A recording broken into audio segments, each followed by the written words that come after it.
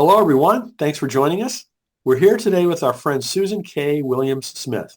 Susan is a pastor, author, and musician interested in the relationships between politics, religion, and race. She's interested in spiritual community where the needs of people are met and where they are encouraged to become engaged in changing systems and policies which have caused their spiritual, economic, and social oppression. She's a graduate of Occidental College and Yale Divinity School. While a pastor, she worked with inner city kids in an arts camp, teaching them music, dance, acting, and drawing. Susan's books include The Book of Jeremiah, The Life and Ministry of Jeremiah A. Wright, Jr., With Liberty and Justice for Some, The Bible, the Constitution, and Racism in America, and also Crazy Faith, Ordinary People, Extraordinary Lives. You can learn more about Susan and all of her work at candidobservation.com. So Susan, so great to see you again. Congratulations on all your work, and thanks so much for joining us. Thank you for having me. I appreciate it. Oh, it's always great to talk with you. I love, the work that you've done in our conversations, and, really glad that we're able to talk about kind of a different, aspect of things with Find Your Next Calling. But first, is there anything I left out that you want people to know about you? No, it's good. You hit all the nails on the head, so I'm good. Why don't you tell people where you live? I live in Columbus, Ohio, where it is not snowing, by the way. I asked Brian before we got on air if it was still snowing in New Jersey. He said, they might get snow, but we don't have any snow. It's looking gray. It's going to rain, but no snow. We're good. Hey. So before we get into talking about, a next calling, let's talk about some of your books. Could you go through each of them and just kind of explain to folks what each of them is about? Yeah, my very first book that I got published was a children's book, Carla and Annie, which I'm really trying to read right now, really make it a children's book to how do you, it's about a little black girl who was told by her little white friend that she was black, plain old, ugly black by the little white girl's mom. And so that's just and that happened to me. It's actually autobiographical. So I'm trying to write it in a way that'll put the idea forward of how that affects little black kids, yada, yada, yada. So I'm trying to do that. Then I wrote From Calvary to Victory, which was a series of Lenten devotions, actually, to get people to concentrate on some of the things that we as Christians need to concentrate on. And then I wrote Crazy Faith, Ordinary People, Extraordinary Lives, which is one of my favorite. It's about the things that, what faith looks like and why you really can't call it crazy because you do things that nobody else thinks you can do or that should be done. And then I don't remember all of them. I wrote the Book of Jeremiah, which is the life and ministry of Jeremiah Wright. His ministry is one of the most powerful I've ever encountered. And I was just so angry during the 2008 election, but his name and his ministry was sullied by, the way a soundbite was taken out of context. I hated that. So I decided I was going to write a book to talk about what the ministry was. And then I wrote, I don't know, I'm getting them all mixed up, but then with Liberty and Justice for Some, which is about how the Bible, the Constitution, and the Constitution have worked in conjunction with each other to help proliferate and to propagate racism in this country. And now I'm thinking about going one step further and talking about the Bible, the Constitution, and the media, and continuing to support racial enmity in this country because the media has been just despicable. But people go after headlines and money and profit, and so that's what happened. So that's pretty much, I think I got all of them. Well, the one I'm the most familiar with is with Liberty and Justice for Some. And for those of you who follow the How to Heal Our Divides blog, you know that I've taken several excerpts from that book, and use them as blog articles to, help get the word out about Susan's work because I just thought that, was such an important topic and so many good points out of that book. Can you share with folks how that book came about? Yeah, I love to tell that story because I like to just read history in general, and I like to read the history of religion and racism and all that kind of stuff. And I was reading this guy, Sam Bowers, who was the Grand Wizard of the KKK. it describes how he had a religious experience. It was his Damascus Road experience. That's what he said. And he said God kind of knocked him off his horse and told him that he was to save white people. I thought, wow, that's weird.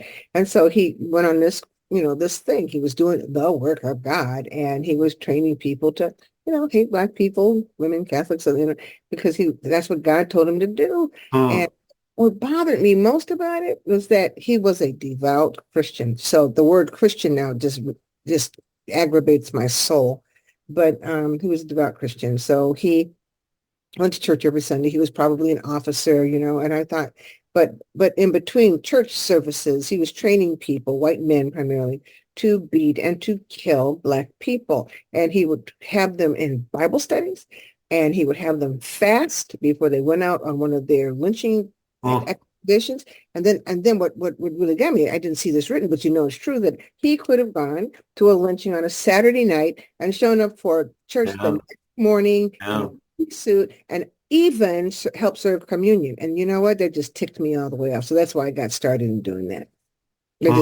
It still bothers me when I think about it. And so many people now are like the same way. But what I concluded in with liberty is that it has to be two gods, because the God that sanctions bigotry of any kind against women, against black people, against brown people, Islamophobia, the LGBTQ, that's not the God that is described in the Bible, or the Bible, or the God that was taught to me by my Sunday school teachers. And so, there's two different guys. And you can't say, if you have a group of people who say they're Christian and they try to follow all the things that Jesus said to do, which are not fun to do, by the way, everybody knows that. And you have another group of people who call themselves Christian, but the only time they mention Jesus is at Christmas and Easter. But other than that, they're in their own little world, and they're forming their own policies and stuff. And they call it religion, but it's not religion. It's ideology. That's two different gods, and they do not intersect. So Well, is that's it why two gods or is it God and Satan? I mean, I'm trying to be nice. I'm trying to be nice. But I think that the myth that we live in myths, and so many of us need to believe in the myth of like American yeah. exceptionalism, or myth of Christianity, or the myth of democracy. It soothes our souls. So now, even though the threat of authoritarianism is right in front of us, many people are still living in the myth that we are an exceptional country, and the myth that nothing bad, as has happened in Europe and in other countries, could ever happen here. So they're not thinking it through, and they're not thinking it through that, like Russia or some of our other enemies have nuclear weapons, and they could take us out like that. They could take us out, and people are not thinking about that. They think that we are immune and that we are so great and so powerful that that's a myth. That's a myth. And to think that many people, think that their God, would even ordain that God would be displeased with democracy, that God would be displeased that, some policies are being put in place to help all of the people and not just a small group of people, that God would not like that. Brian, it just boggles my mind. It just boggles my mind. So what I come to understand is that there is Christianity, which is a certain set of beliefs. Doesn't tell you what to believe. Somebody made a point in one of the books I read. Dude, Jesus never tells you what to believe. Jesus tells you how to live. He doesn't have all these rules like the Pharisees had, that 614 Yeah. rules. It doesn't have all that. Just how are you supposed to live? And you have to live in communication and in community with other people. What the other folks are practicing is a complete disavowal of that. And so it just gives me the creeps. And so I keep poking my head into it and looking into it more. Well, I mean, the Ku Klux Klan may not be as strong as it used to be, but the whole white Christian nationalism certainly Terrible. is. Right. It's just hard to believe how distorted, Christianity, at least that flavor of Christianity has become. And the thing is that it's been like that for such a long time. I just finished reading Rachel Maddow's book, Prequel or Prequel, Hmm. and she talks about in the 1930s, when we were on the verge of going into World War II. There's always been extremely large contingent of people in this country who have not liked democracy. And so the fact that we might be going into the war, they didn't like that. And there's this guy, Father Coughlin, who's a priest, had this huge, following of people, and he pushed fascism. He pushed all that. You have Henry Ford, who was so much he was a respected anti-Semite, meaning that the Germans, Hitler himself, respected Henry Ford's racism so deeply that it said that in his office he had a framed picture of Henry Ford that hung behind his. What are we talking about? So Wow. the myth of American exceptionalism has been with us for a very, very long time, but we don't know that. We don't read the history, so we don't know that. So what that can do is make you now feel like a sense of panic. Oh, is this never happened again? It has happened, and people have stepped up to fight it. The difference between then and now is that you have the huge millions of people who want the former president, regardless of what he's done. But the key thing is that he was the former president, and that has given him some leeway, I think, that maybe other people might not have had. And he doesn't have the decency or the respect enough for the office of the presidency or the state of this country to just sit down, right? And he does, and he's too arrogant to think that, he needs to ask for a pardon. He doesn't want to be pardoned. He wants to be in office again, and he wants to destroy the country. But people living in the myth of American exceptionalism think, it won't be so bad. In spite of the fact he's not even making any sense. He talks about cognitive impairment, but Yeah. he doesn't make any sense. He acts like a middle school kid. I remember the guys in my middle school class acting like he acts, and people are just loving him. So that's what makes it a little bit different. The fact that he was a president and that he has stacked the courts in his the Supreme Court in his favor, and all, so it makes it a little hairy. But at this moment, I would have to just call on crazy faith and believe that there are enough people who are opening their eyes finally and seeing and starting to push back and have made determinations, even if they won't say it out loud, that they're not going to vote for him. That's the only thing. That's the only thing that keeps me sane. Well, all of the recent elections, have shown that trend, so I'm hopeful for November. And maybe if we can get past that, we can ultimately we'll never be done with this, but hopefully it'll decrease in significance. Well, I don't know that it'll decrease, but because it's been a part of the American fabric for so long, but perhaps this whole experience will sensitize people to the fact of it's like a worm, that whole bigotry, that whole racist, that whole white supremacist thought and practice system. It's a worm in our government, in our country, and it's always been there. So hopefully this will make people stop and think, and make more people want to stop and think and study. Some people are never going to stop and think and study, but the key is that people have to read and people have to know what's going on. So number one, they don't get really so bent out of shape with this that they just give up hope, because that's what fascists want you to do, stop hoping. But then two, do actions that are knowledge-based, knowledge-based. They're not acting on pure emotion, but they're acting on something that, this is what happened, this is what was done, this is what we need to do. And people, I think, need to read this thing called Project 2025. It lays out what the conservative plan is for taking over the country. Yeah. People sit down and read it. Get yourself a glass of something or a cup of something and sit down and read it to know what you're dealing with. Because again, if you don't know what you're dealing with, you do stay in the myth. It's the myth. So I'm hoping. Well, let's switch gears a little bit and talk about finding a new calling. From a career perspective, you had a long and successful career as a pastor, and then decided to go off on your own and start some new things. So have you reflected on that process, how you went about it and why? Well, I started on a new path because some devastating things happened in my life. And so, it was almost, I was forcing myself to do something so that I would remain connected to what I know my call to be. I know I'm called, to be working in the area of ministry. What it looks like has changed. And I clearly believe, so I have this thing called Crazy Faith Ministries, and it's very small, and I work it, but I work it to strengthen me, if that makes any sense, to strengthen my spirit, which was just so whittled down by the things that happened in my life.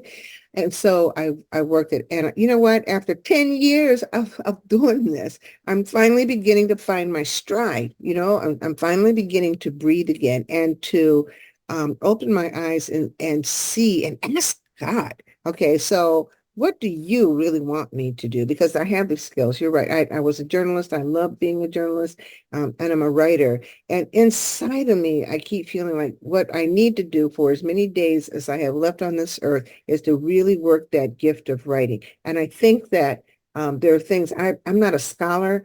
And I say that, I mean, I study a lot, but I'm not a scholar. And the reason I said that is because scholars use like the really, most of them use that really technical scholar-like language, and nobody can understand what they're saying. So it's that I can write in the ways that people think. You know what I'm saying? Sure. And give people something that's factual. It's factual and enough, hopefully enough information that will make them curious and want to know more. That's my goal. I want people to know stuff. So I do the nonprofit stuff. That is, a change in the career that I had as a pastor. This is pastoring in a different way. But now I'm really looking forward to and pushing myself to push the writing more, so that before I leave this earth, I can have written a couple of more books at least that talk about where we are and where God is and how we put all this together and, that kind of stuff. I dislike loftiness,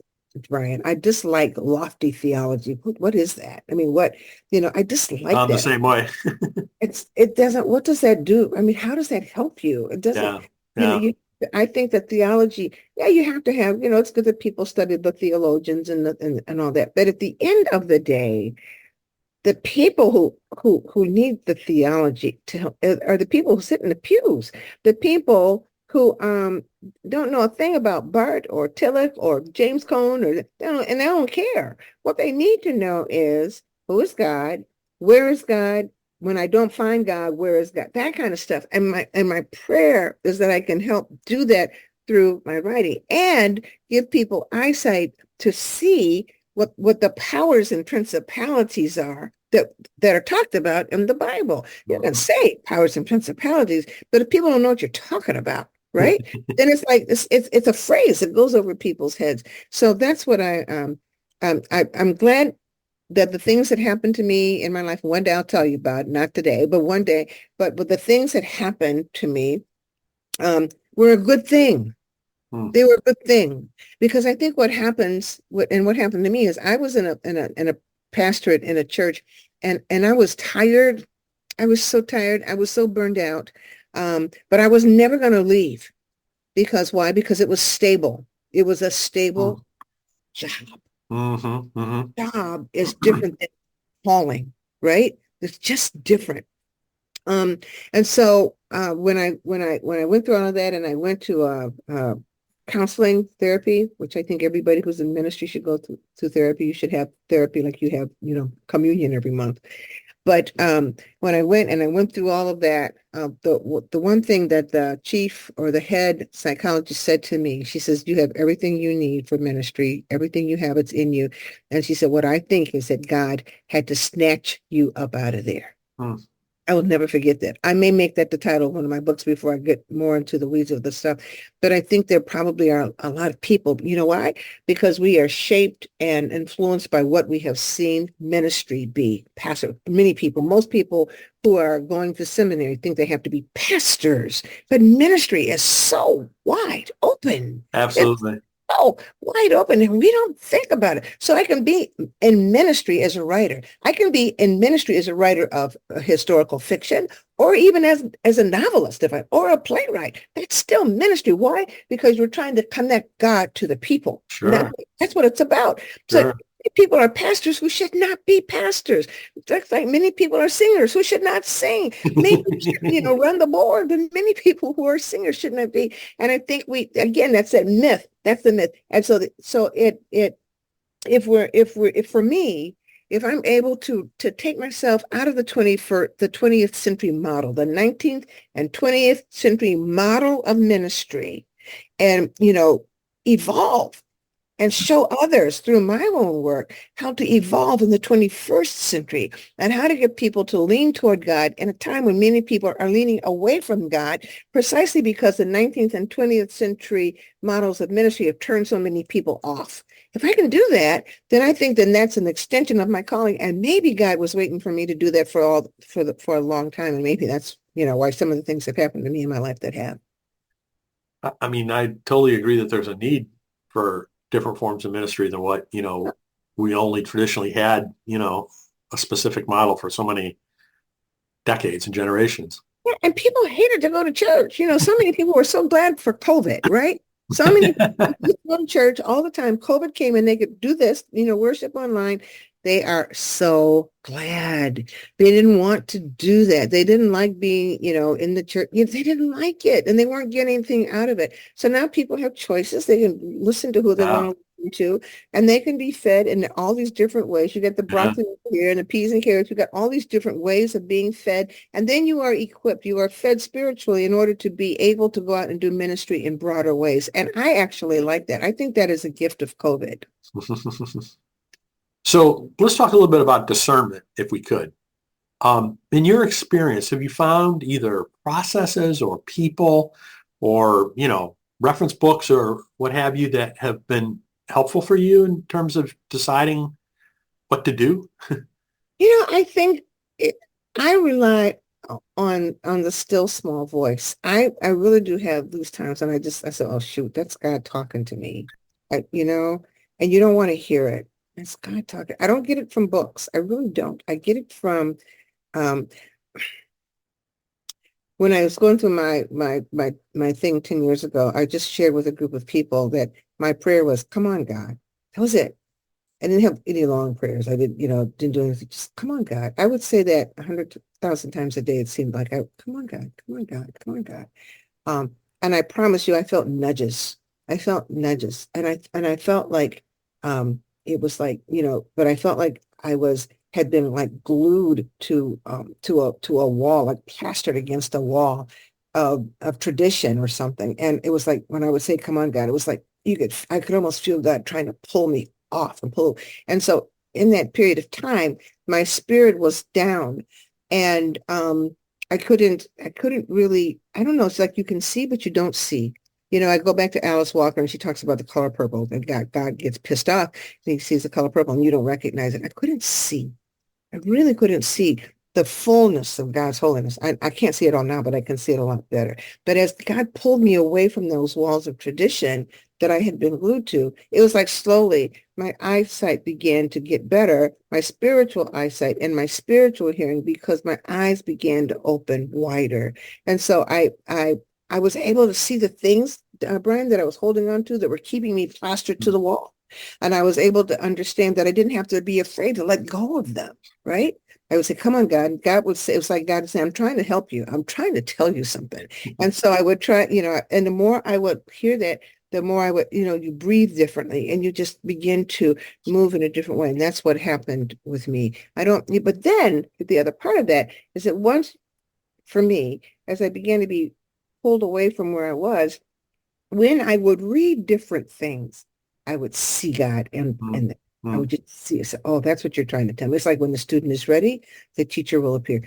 Whew, that's what I would have to stop. Say, oh my gosh, because it would be that clear. Things that I may have read 1,000 times. All of a sudden, on the 1,001st time, I saw it in the way that God wanted me to see it. And it's truly liberating. So the discernment, I think, comes to different people in different ways. And I think we have to observe that and we have to honor that. But for me, it's like being pulled off of the wall that I've been glued to. Wow. So you've been a solopreneur, for a few years now. What kind of advice do you have for other people to consider to do the same? I think that I think that people need to be still and to lean forward to be able to discern what God is saying, because God might, for me, because I'm so completely an introvert, so completely. So, being a solopreneur in one way has been good, but we were built to be in community. And so I think that people, as people are going forward, if they lean toward being soloist, just by themselves, that they need to leave room open to hear God show them, direct them, and how to be in community with others, because you're never going to grow if you're just by yourself. You're never going to grow. You personally inside, you're never going to grow. It's like as I began to come off of that wall, I began to see things on television that I never saw, but so if I see things on television and it shows me on a documentary or something that I never would have watched before Mm. because I was too tired and too burned out, I see things. Now, you know what that does? It makes me curious about other things. And then I seek out people to talk to, about different things that now I've learned. So it becomes like a self-moving, ball of growth. So I Mm. think that but if you are feeling like going on your own, of course, to sit down and compute on how you're going to live, you have to figure that out because God is good and all, but everybody needs a job. Amen. You cannot live on, God's not going to give you the money. He's not going to, so you have to be realistic, but also know that as you are now really discerning God and feeling God and reaching for God in new ways, that God will lead you to places and then God will kind of nudge you and say, this is what you're going to have to do in order to survive and to thrive while you're doing this part of the work, your life's work that I called you to do in the first place. Amen. Amen. So kind of let's go back to your own entrepreneurial endeavors. What kinds of things do you have coming up? What are you focused on in terms of major projects next? Well, now we're getting ready to launch. There's two things we're doing in 2024. We're going to concentrate on doing work with incarcerated and formerly incarcerated women. Mm. One of the members of our board was incarcerated in a federal prison.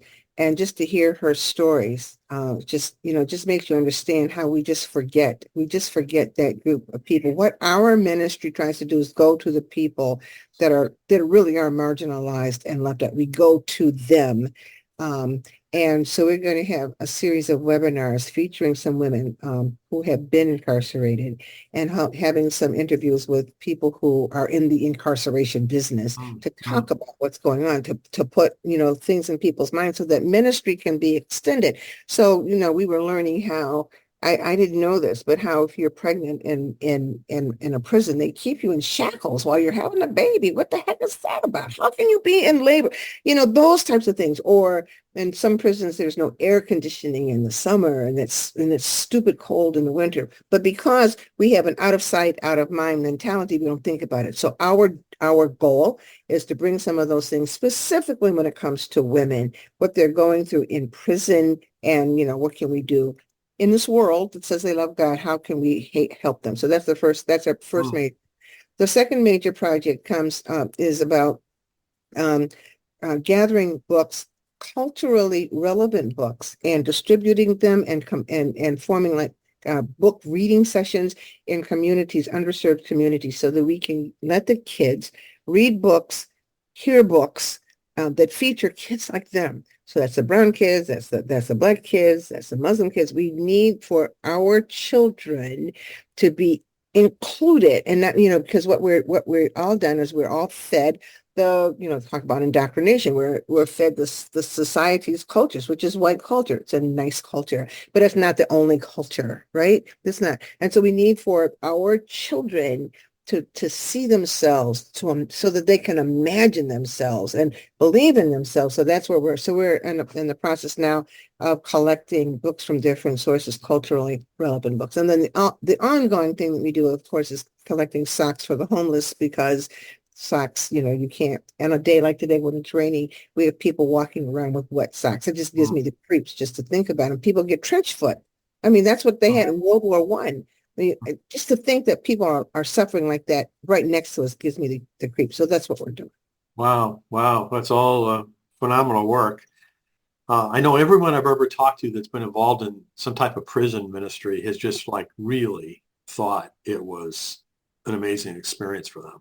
Yeah, and you think about how many, I read a statistic yesterday. I think the statistic was 80% of people in prison are in prison for non-violent offenses. 80%. Wow. 80%.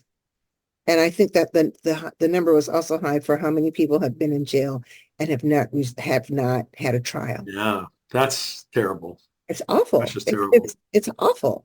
So we want to just kind of lift that up. Good, You know. So, good. Well, Susan, thank you so much for all of your work and, congratulations on all that you've done. I would encourage everyone, again, to check out Susan's website, candidobservation.com. And you can also find her on YouTube yeah. and other popular locations. So, Susan, thanks so much for joining us. Really appreciate the opportunity to talk with you. Thank you for inviting me. It's always an honor. And you keep on keeping on, Mr. Brian Elaine. I'm loving it. You're fighting that thing and you are getting a victory. So keep on. Thank you. Thank you so much. It's great to be back. Thanks.